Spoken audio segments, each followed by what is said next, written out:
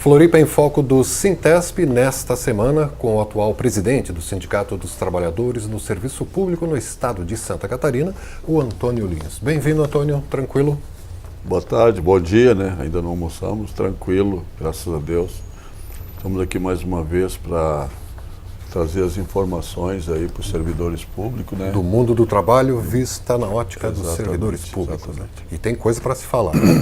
Bom, primeiro, a gente já falou em vários Floripa em Foco aqui do Sintesp, que houve uma série de assembleias regionais nos locais de trabalho aqui no estado, convocando os servidores para uma grande assembleia que vai ser quando aqui em Florianópolis mesmo?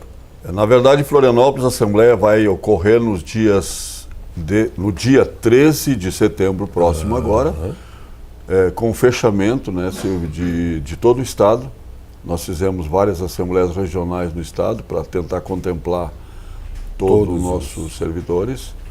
E agora a última será na Grande Florianópolis. Nós já estamos aproveitando esse espaço para convidar todos os servidores da Grande Florianópolis para estarem na nossa assembleia no dia 13 de setembro, e nós faremos em 2 horários para facilitar a participação de todos, né? Tem servidores que não podem vir à tarde, outros poderão vir à noite, e a gente facilitou. Então, para que todos possam vir, nós realizaremos a nossa assembleia em 2 horários, às 14 horas e também às 19 horas. Serão 2 assembleias, não é 2 chamadas, é 2 assembleias. Né? No Sintesp. No Sintesp, ali na nossa sede, na Praça Olívio Amorim, paralela ali com o Hercílio Luz, né? Olívio Amorim, o seu auditório ali na Olívio Amorim 82.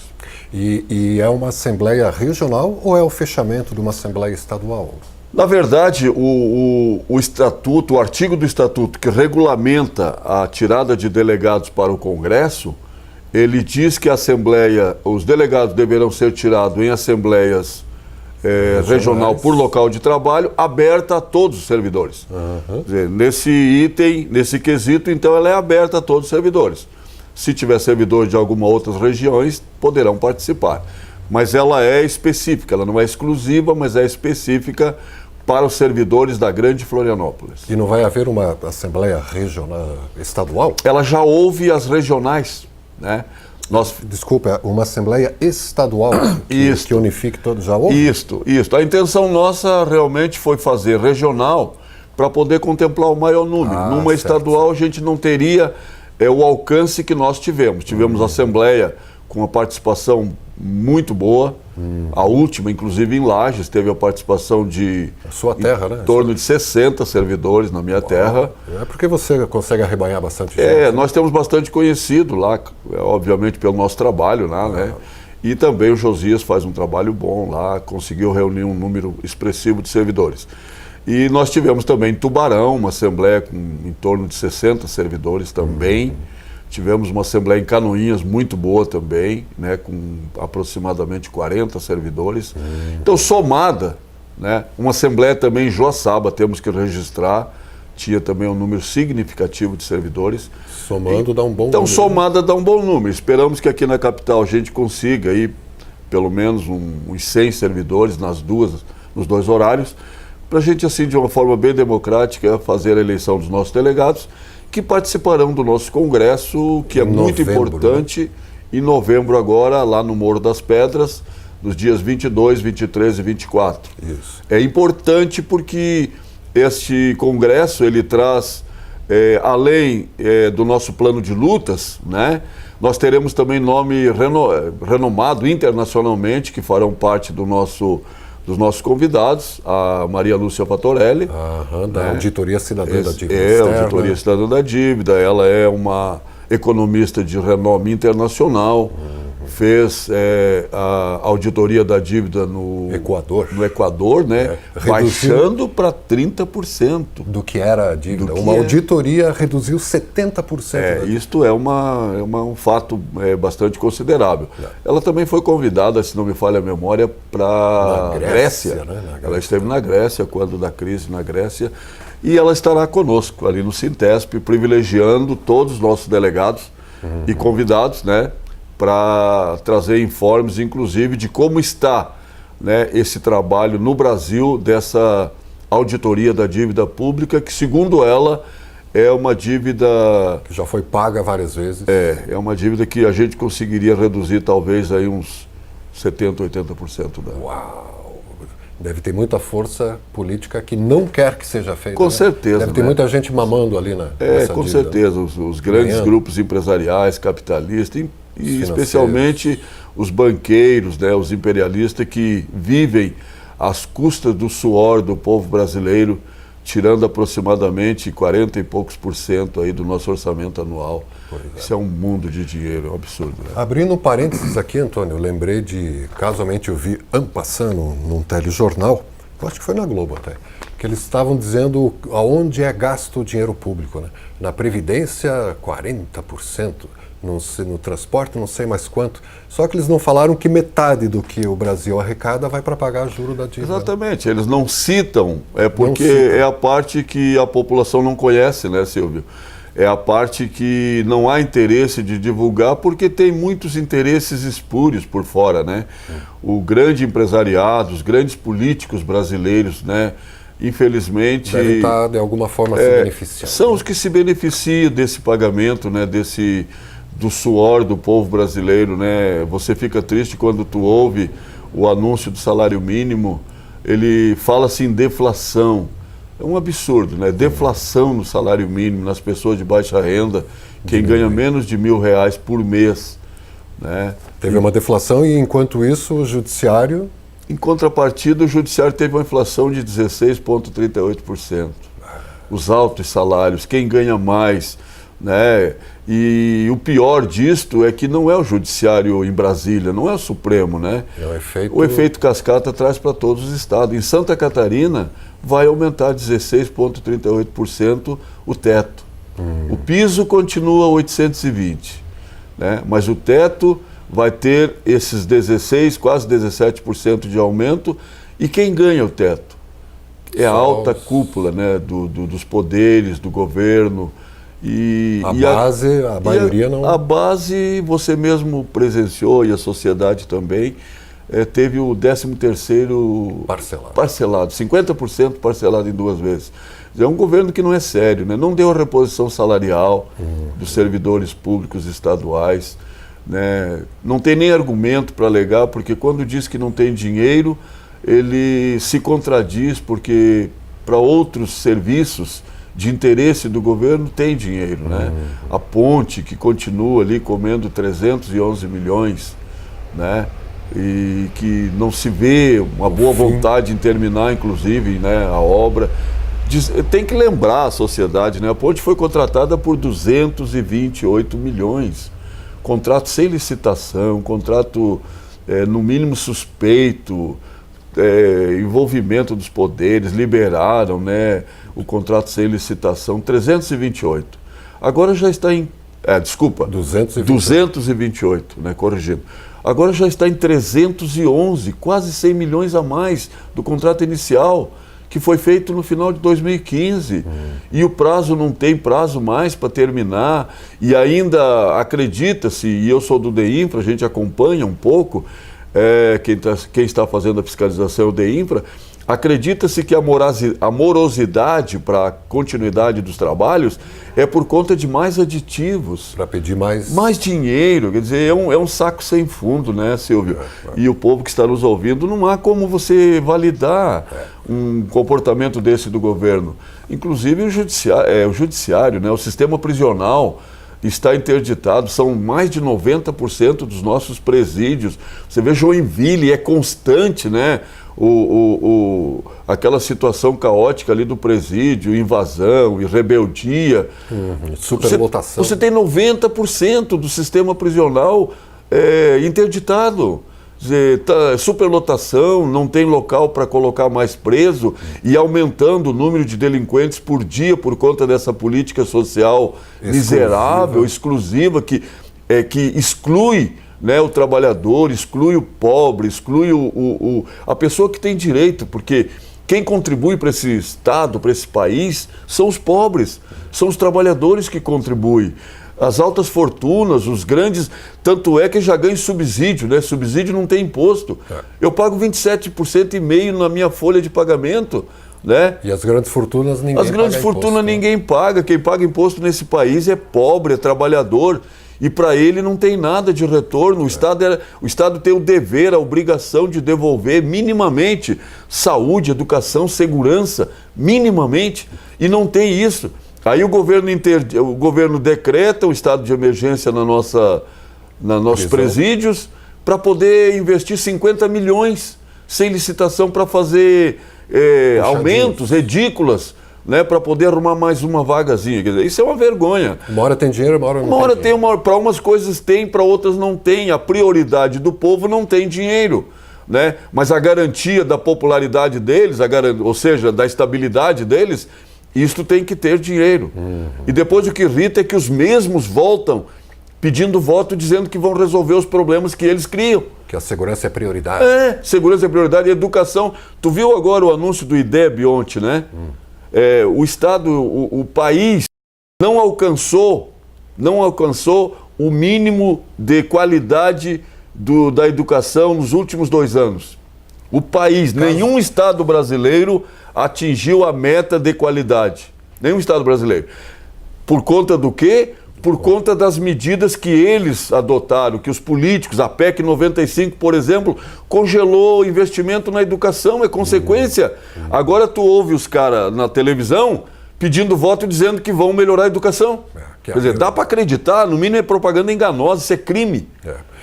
Vamos esperar o dia 4 de outubro, né? Para ver 7, né? 7 de outubro, para ver se as pessoas conseguem ver isso e dar uma resposta. Eu acho que a população tem que ser orientada, eu acho que o TRE está fazendo algum tipo de trabalho que insinua mais ou menos nesse sentido, mas eu acho que a população precisa de mais conhecimento, precisa de mais informação, a imprensa, as mídias alternativas, a população tem que buscar, porque são elas que trazem um pouquinho de verdade com relação a essa política. Aqui em Santa Catarina nós temos 90% dos nossos parlamentares votaram a reforma da trabalhista, que era prometida para melhorar o emprego, piorou, né? Aumentou o número de desempregados, aumentou diminuiu os direitos dos trabalhadores, né? E agora estão pedindo voto para resolver o problema da população. Votaram a PEC 95, que congelou os gastos por 20 anos em educação, saúde, segurança, infraestrutura. Congelou. Isso no nível federal, né? No nível federal, que vale para todo mundo, que vale para todos os estados. Mas aqui também teve uma com congelamento de 2 anos. Aqui teve uma por 2 anos, congelamento de investimentos também, investimento. Como é que o governo vai fazer agora? Não deu a reposição salarial dos servidores, mas agora vai arcar com 16,38% de aumento para o teto. Quer dizer, a base, que não representa grande coisa no aumento, nós estávamos estimando 3%, 4%, né, da data base, agora ele vai ter que pagar 17% quase para os altos salários. E aí tem dinheiro. Então não dá para você acreditar. Acho que a população tem que se informar mesmo, tem que ficar atenta. E eu acho que é só no dia 7 de outubro que a gente poderá dar uma mudança nesta situação. E aí também eu tenho um pouco de dúvida com relação a essas urnas eletrônicas, né? Só Deus para nos salvar. Meio desconfiado? Não dá para. É verdade. Não dá para dizer, né? Não. O fato também é que nenhum outro país quis adotar esse sistema. É um dos questionamentos que eu faço. Não, a urna eletrônica é 100% confiável, vamos fazer uma simulação agora e tal. Gente, mas é um computador. É um computador. Alguém sabe a senha. Nós temos hackers aí que são contratados pelo governo norte-americano aí para poder auxiliar os técnicos deles. Então não dá para você acreditar que a urna é confiável, né? Eu tenho um fato em Lages, inclusive eu fiz a denúncia na minha eleição, quando eu corri a eleição para vereador. A minha filha, o voto dela não apareceu na urna. Eletrônica já? Eletrônica. Né? Veio chorando, né? me pedindo que cobrasse providência. Eu fui falar com o juiz, ele disse que não ia abrir uma urna por causa de um voto e tal. Então não dá para crer. Eu não tenho fé, de verdade, não tenho fé. Por que não adota o voto impresso? Por que não adota o voto impresso? Qual é o problema de adotar o voto impresso? Bom, o judiciário aí já não está com muita moral, né, para colocar muita coisa, né? Mas, Antônio, ainda falando sobre a questão dos presídios, a superlotação e que foram interditados, e o governo parece que fez isso para poder botar a mão numa grana sem licitação, mas a Defensoria Pública também estava fazendo uns indultos, não estavam soltando... Não tem como você conciliar, né, a falta de vagas, são 1.400 vagas, né? Não tem como você conciliar se já estão superlotados. E todo dia está entrando novos clientes, né, por assim dizer, entre aspas, né, no sistema prisional. O governo, os 50 milhões, né, eu imagino que é dinheiro para construir uns 2 ou 3 presídios, né? Mas não dá para fazer as edículas, né? Porque aí tem a participação dos empresários, tem os lucros, tem os dividendos, né? Uma série de artifícios, né? Não dá para fazer, então se trabalha com indulto. Se não se consegue 1.400 vagas, se libera 1.400 presos, né? Aí resolve o problema. Quer dizer, engana-se a sociedade, né? Eu acho que tudo isto são coisas que a sociedade tem que avaliar, tem que pensar e na hora de votar tem que dar o troco. Tem que dar o troco. Floripa em Foco do Sintesp, o Sindicato dos Trabalhadores no Serviço Público, aqui no estado de Santa Catarina, conversando com o Antônio Lins, atual presidente do Sintesp. E que chegou aqui um pouco exaltado nessas notícias todas, acaba fervendo. Deixa triste, ó, eu com sinceridade, eu posso ser uma pessoa simples e sou de família humilde, simples, mas tenho uma experiência muito grande, né, na política, no serviço público e economia, eu conheço um pouco, né? Direito também. E te dá uma tristeza quando tu vê assim, esse negócio do licenciamento aí me chocou. É isso aqui que eu queria dizer. Me chocou, né? Você chegou triste com isso daqui? Cheguei triste mesmo. O que é esse licenciamento aqui? Coloquei aí, nós tínhamos a Fátima em Santa Catarina, né? Virou o Instituto do Meio Ambiente? A Fátima era a Fundação Catarinense do Meio Ambiente. O governo, esses governos, né, de uma forma ardilosa, levou para a Assembleia Legislativa um projeto de alteração de nome. Não pode ser mais Fátima, tem que ser IMA. Mas por quê? Porque ele queria introduzir uma série de artigos ali que facilitasse ainda mais a liberação das licenças ambientais. Não dá as licenças ambientais, não dá para a gente engolir isso, né? Agora, tu vê que o próprio Ministério Público, né? Eu me choquei de manhã com essa notícia, né? Ao ler o jornal pela manhã, o Ministério Público entrou com uma ação de inconstitucionalidade, né? Contra a LAC, né? Que é a Licença Ambiental por Adesão e Compromisso. Que é o que a Fátima... Que é o que é o IMA. Esse é um artigo do IMA. Não tinha na Fátima, eles introduziram isso no IMA, dificultando a fiscalização, dificultando o trabalho dos fiscais da Fátima, que agora é IMA, né, com relação à liberação, né? O que é isto?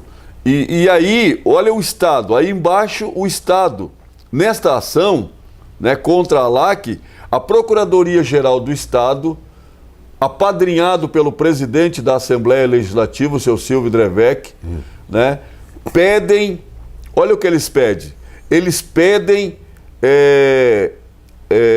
o pedido em outras palavras, eles pedem, na ação contra lá que a Procuradoria do Estado se manifesta, informando que está dentro das competências do IMA criar procedimentos específicos, assim como estabelecer procedimentos simplificados.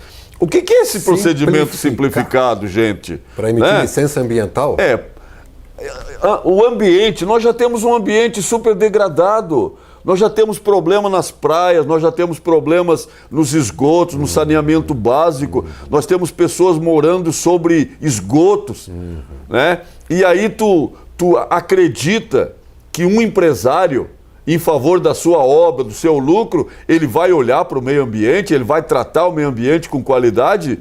De forma nenhuma. E aí o seu Silvio Drevec, que está aí o nome dele, presidente da Assembleia Legislativa, encaminhou informações ao tribunal pedindo que seja julgado improcedente o pedido do Ministério Público.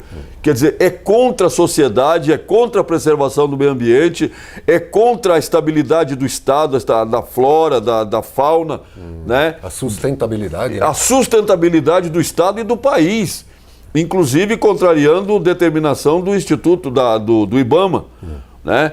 Não dá para... Eu fiquei triste, na verdade, quando eu li e vendo que temos ainda, e aí tem nosso total apoio ao Ministério Público, né, na ação de inconstitucionalidade, procurando proteger o meio ambiente, a sustentabilidade dos catarinenses, porque só aqui em Santa Catarina que foi criada esta lei, foi feita essa alteração de autarquia para instituto, né, e contra, nota zero para a Procuradoria-Geral do Estado e para o seu Silvio Drevec, presidente da Assembleia Legislativa. Nota zero para esse cidadão, né, por pedirem o arquivamento, né, do questionamento do Ministério Público. Né? Então, isso vai render ainda. Com certeza vai render, e eu acho que a sociedade tem que ficar ligada, ficar atenta e também se manifestar, se posicionar, porque a nossa saúde, a sustentabilidade do Estado, do meio ambiente, depende da nossa vivência aqui nesse planeta. E nós temos o dever de cuidar dele, né? Porque quem degrada e quem acaba com o planeta, quem acaba com a fauna, com a flora, com o meio ambiente, somos nós. E nós temos o dever de fiscalizar e também contribuir. Nota zero para o IMA, para essas alterações feitas contra a população. Isso é contra nós, é contra a população. Afeta todo mundo, beneficia meia dúzia de interessados em licenças ambientais e todos nós. E o problema é bem de cada um, né, Antônio? Porque um papel de bala de chicletes que eu jogo no chão, alguém vai ter que ser pago para juntar aquele pedaço de papel. Ou alguém vai juntar, ou ele vai atrapalhar a filtração da terra, né? Vai matar algum animal, né? Algum ser vivo, né? Porque ele vai tirar a regularidade do sistema, vai atrapalhar. Desequilibra o sistema, né? Então é uma questão de todos cuidar do meio ambiente. Verdade. Principalmente dos governantes, né? Com certeza. Mas isso aqui deve repercutir ainda, né? Uma notícia de agora, dia 4 de setembro, de que o nosso IMA, Instituto do Meio Ambiente, ex-Fátima, mudou as regras aí, facilitou. E isso dificulta também a fiscalização dos próprios fiscais? Há uma reclamação, né? Não só da Fátima, né? Nós temos também a reclamação do DETER, por exemplo, que é outro órgão fiscalizador também, né? Nós temos a reclamação de que as últimas emendas que fizeram às leis antigas ou alteração, como é o caso da Fátima, que mudaram de Fátima para IMA, né? Que era uma fundação, mudaram para um instituto, somente para mudar, para poder fazer as alterações, que em todos esses órgãos, o Inmetro, o DETER, Fátima, essas agências que regulam, que às vezes a própria sociedade não conhece o trabalho deles, não conhece qual a atividade desses servidores, que é de garantir a sustentabilidade, a segurança, garantir o peso, garantir a qualidade dos produtos que você come, que está na tua mesa, né? Tanto qualidade como quantidade. O Inmetro, por exemplo, fiscaliza pesos e medidas, né? Aparelhos de pressão. Olha a importância. Eles são responsáveis pela qualidade, né, dos aparelhos que medem pressão, isso seja raio-x, Até as balanças que você vai no buffet ali pesar, elas também são... Aquele medidas. Prato lá tem o selo do Inmetro. O Inmetro garante o peso do recipiente, para que você não seja logrado, para que tu não pague 1 quilo por 900 gramas. Né? Eles têm essa responsabilidade. Isso é um serviço público, né? É um serviço público que a sociedade às vezes nem avalia. Né? Ninguém fala, né? Ninguém fala. É o servidor público prestando serviço de qualidade para o cidadão. A gasolina, por exemplo, né? Nós temos quantas denúncias do próprio Inmetro com relação à qualidade da nosso combustível. E quantidade, né? E quantidade, vende né? 10 litros e dá 9. Temos denúncias aí, né? Que os caras conseguem montar um chip ladrão, né? Que coloca lá na bomba, até uma quantidade de litros, ele não rouba. Dali para frente ele começa a roubar. Um pouquinho, né? Para não ficar muito claro, né? E isso é um trabalho do Inmetro. O Inmetro fiscaliza isso e denuncia e multa postos que agem de má fé, né? Como a Fátima, como o DETER que eu estava falando, fiscaliza os carros que transportam a sociedade, aquelas pessoas que não têm um carro, que precisam ser transportados pelo transporte público. O Inmetro fiscaliza pneus, qualidade dos ônibus, condições de assentos, internos, interiores. Toda essa fiscalização é por conta do Inmetro, do DETER. que é o Departamento de Terminais Rodoviários. Sim. Né? É um órgão público, é servidor público que está ali. E todo esse trabalho está sendo dificultado ultimamente pelos governos, pressionado pelos seus cabos eleitorais. Pelos interesses. Claro, os interesses do capital, os interesses dos empresários que financiam as campanhas. E, em contrapartida, eles querem facilitação do serviço para que eles possam ganhar mais e com menos serviço. É o que acontece quando a gente fala nesses contratos sem licitação, nesses aditivos, para que a população tenha o conhecimento. Todos esses contratos que são feitos de forma sem transparência, né? Sem concorrência, não há uma concorrência leal ou transparente, como você mesmo falou, que todo mundo pode participar de igual direito e com direitos iguais, igual para igual, acontece esses aditivos. Um aditivo de 100 milhões não é pouco dinheiro, né? Um aditivo de 100 milhões é muito dinheiro. Se tu pensar em quem vai receber esses aditivos... Eu nem sei quantos caminhões de dinheiro dá. Imagina, né? 100 milhões. E vale lembrar, para fecharmos, né, de que o Ministério Público já levantou o dado de que a ponte faz 30 anos que está em reforma e já gastou o suficiente para se construir quantas? 3? Pelo menos umas 5 pontes. Pelo menos. E a reforma ainda não está... A ponte Anita Garibaldi foi 3 milhões, 3 bilhões. Né? Aqui, uma pontezinha lá é 3 quilômetros. Aqui são 900 Ponte Pêncil, né? Uma ponte de qualidade de primeiro mundo. Aqui é uma pontezinha de ferro. Né? Dá para construir pelo menos umas 5 pontes aí, 1 bilhão, que já está em quase 1 bilhão aí a despesa com essa ponte. E não sabemos ainda para que vai servir, né, Silvio? Ainda não se sabe para que essa ponte vai servir. Então eu acho que não é assim, não é discurso, não é falácia, não é discurso de político, de sindicalista, né?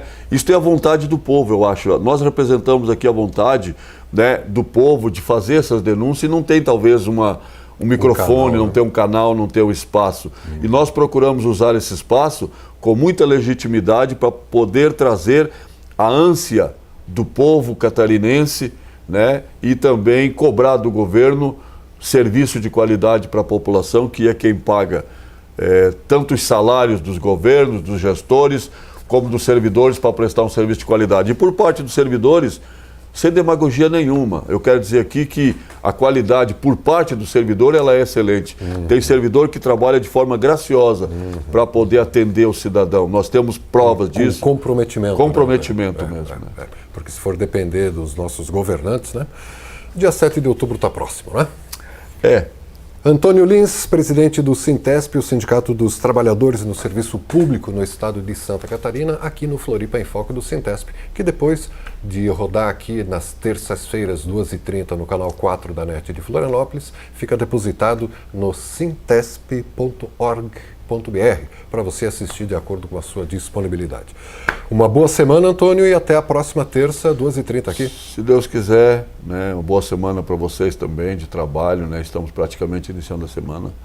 Né, que Deus abençoe a todos os nossos ouvintes aí, todos nós, né, que possamos prosseguir na nossa jornada de fazer o trabalho em defesa de todos os servidores e todos os trabalhadores. E prestar muita atenção no que esses candidatos estão falando, em quem vamos colocar lá para ser até o patrão dos Com certeza, nós vamos votar no nosso patrão. Então isso é muito importante, não perder esse foco, essa visão.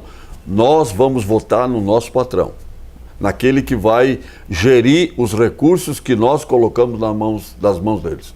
Então muito cuidado, muita responsabilidade na hora do voto.